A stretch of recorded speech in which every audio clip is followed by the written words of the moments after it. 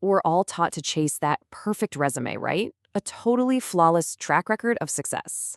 But what if I told you that polished CV is actually a huge red flag? What if the candidate you really need is the one with a few scars? I once heard a business owner describe his perfect hires with that line. They looked incredible on paper, pristine and accomplished. But the moment some real world pressure hit, the slightest tremor, they just shattered. And that right there captures the big idea we're digging into today, the hidden danger of hiring the untested. Okay, to make this feel a bit more real, let's meet Anna. She's a sharp HR director, and she's got two resumes in front of her. First, there's David. Ivy League, a perfect career path. He's the safe bet. And then there's Sarah. Her resume has a big, glaring hole in it, a startup that failed spectacularly.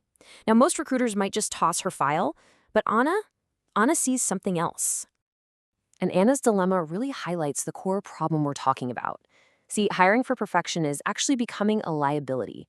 It's like we're screening for a world that only exists in textbooks, not for the messy, unpredictable reality we all actually work in.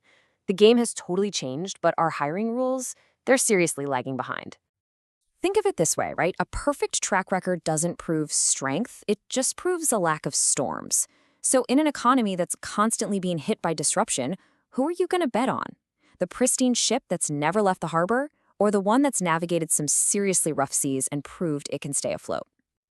And there's this huge shift happening, and it's all driven by technology. AI is getting incredibly good at routine, predictable tasks, basically all the work that gets done when everything goes according to plan. So what's left for us humans? The messy stuff, the problems nobody has a playbook for. That's where our real value is now. And this isn't just some theory. Get this. There was a major software company that hired only the best of the best, the cream of the crop. And the result? A culture completely paralyzed by a fear of failure. Nobody wanted to be the one to mess up their perfect record. So they stopped taking risks, they stuck to old formulas, and the company stopped innovating. It basically became a beautiful museum of its past successes instead of a lab for the future. So this brings us right back to Anna's interview room. She's about to meet two very different archetypes of the modern workforce: David, the process follower, and Sarah, the problem solver. First up is David, and he is impressive. Polished, articulate, he's got all his KPIs and achievements lined up. When Anna asks him about a challenge, he describes some tiny little hiccup that was, of course, easily corrected. His whole story is about control, about sticking to the script. He's an absolute master at following a process.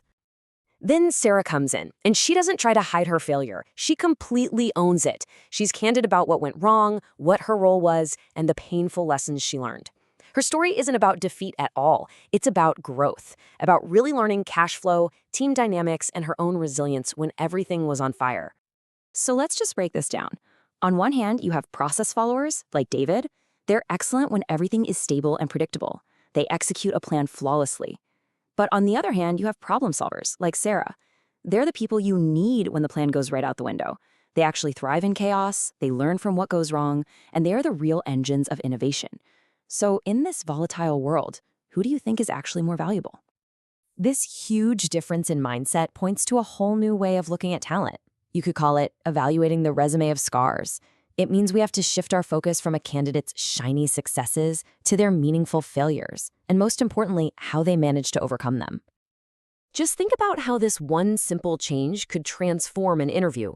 This one question can reveal so much more about a candidate's character, their self-awareness, and their grit than an entire hour of just talking about their wins. It turns the interview from a performance into a real exploration of their resilience. Now, of course, not all failures are created equal. The goal here isn't to hire people who are just incompetent, right? You're looking for what we call a productive failure. Did they take ownership? Or did they blame someone else? Did they actually learn a deep lesson from it? Did they bounce back stronger?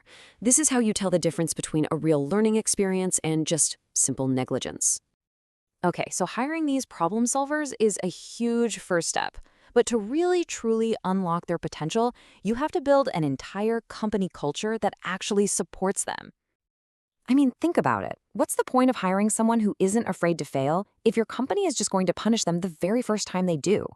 You'll just burn through your most innovative, valuable people. Your hiring strategy and your company culture have to be perfectly in sync. So how do you actually do that? Well, one fantastic tool is something called the blameless postmortem.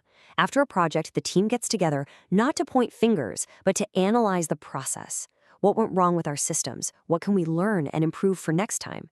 This creates psychological safety, and that is the absolute bedrock of innovation. And hey, if you need more proof, just look at history. Abraham Lincoln lost eight elections before becoming president. Walt Disney was fired from a newspaper for, get this, lacking imagination. Steve Jobs was literally thrown out of Apple. These weren't just little setbacks. These were the crucibles that forged them into the resilient, visionary leaders we remember. So here's the bottom line.